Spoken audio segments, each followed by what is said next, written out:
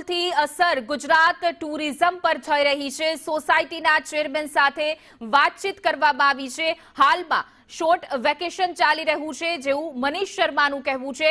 સાથે જ કહ્યું કે 3000 થી પણ વધુ લોકો ફરવા માટે ગયા છે। દુબઈ, શારજાહ, અબુધાબી ફરવા માટે ગયા છે।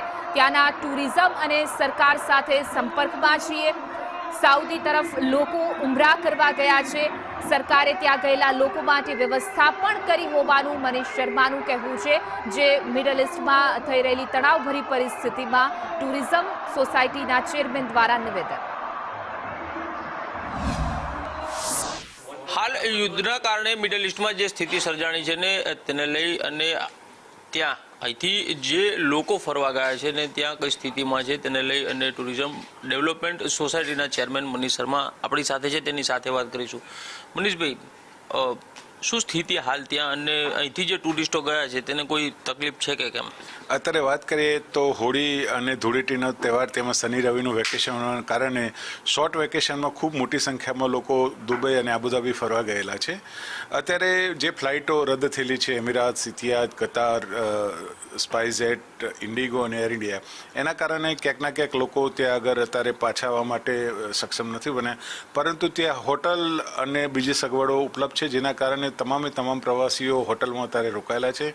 ઇવન એરલાઇન્સ તરફથી પણ હોટલો આપવામાં આવી છે જેના કારણે કોઈ પણ પ્રવાસીને કોઈ પણ જાતની અત્યારે તકલીફ નથી। સાથે tourism board, Abu Dhabi tourism board Dubai પણ ટુરિસ્ટોના સંરક્ષણ માટે અને સુરક્ષા માટે ત્યાં આગળ કાર્યરત છે। એના કારણે તમામ પ્રવાસીઓ અત્યારે સુરક્ષિત છે। સામાન્ય પરિસ્થિતિ થાય ત્યાં સુધી રાહ જોવાની રહેશે। એરલાઇન્સ ટૂંક સમયમાં શરૂ થઈ જશે। દુબઈ, શારજાહના પ્રવાસી છે, પ્રવાસીઓ બધા અત્યારે હાલ સુરક્ષિત છે અને સાથે હોટલોમાં પણ સુરક્ષિત છે। સેમ ટાઈમ આપણે યાત્રાળુઓની વાત કરીએ તો યાત્રાળુઓ માટે પણ એરલાઇન્સ, ઇવન સાઉદી ગવર્મેન્ટે પણ ત્યાં સવલતો પૂરી પાડી છે।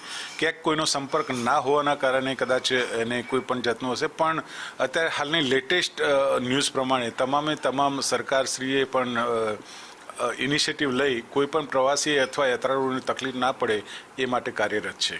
અત્યારે કોઈ પણ પરિસ્થિતિ માટે સ્ટેટમેન્ટ આપવું એઝ એ ટૂર ઓપરેટર અમારા માટે યોગ્ય નથી, કારણ કે આ પરિસ્થિતિ વૈશ્વિક છે અને આ પરિસ્થિતિ ક્યારે કાર્યરત થાય એના માટે અત્યારે હાલ કોઈ પણ સ્ટેટમેન્ટ અમે આપી શકીએ એમ નથી। પણ હા, તમામ પ્રવાસીઓ સુરક્ષિત છે। તેના ટૂર ઓપરેટર, તેના ટુરિઝમ સાથે સંકળાયેલા લોકોએ અમને ખાતરી આપી છે। તો જે પ્રમાણે મનીષ શર્મા છે તે કહી રહ્યા છે કે અહીંથી 3000 થી વધારે લોકો જે છે તે યુએઈ ફરવા માટે થઈ અને ગયા છે, પરંતુ ત્યાં તમામ જે પ્રવાસીઓ છે તે સુરક્ષિત છે અને ત્યાંની ગવર્મેન્ટ સતત તેના સંપર્કમાં રહી છે। કેમેરામેન ધર્મેન્દ્રસિંહ સોલંકી સાથે કશ્યપ જોશી, સંદેશ ન્યૂઝ।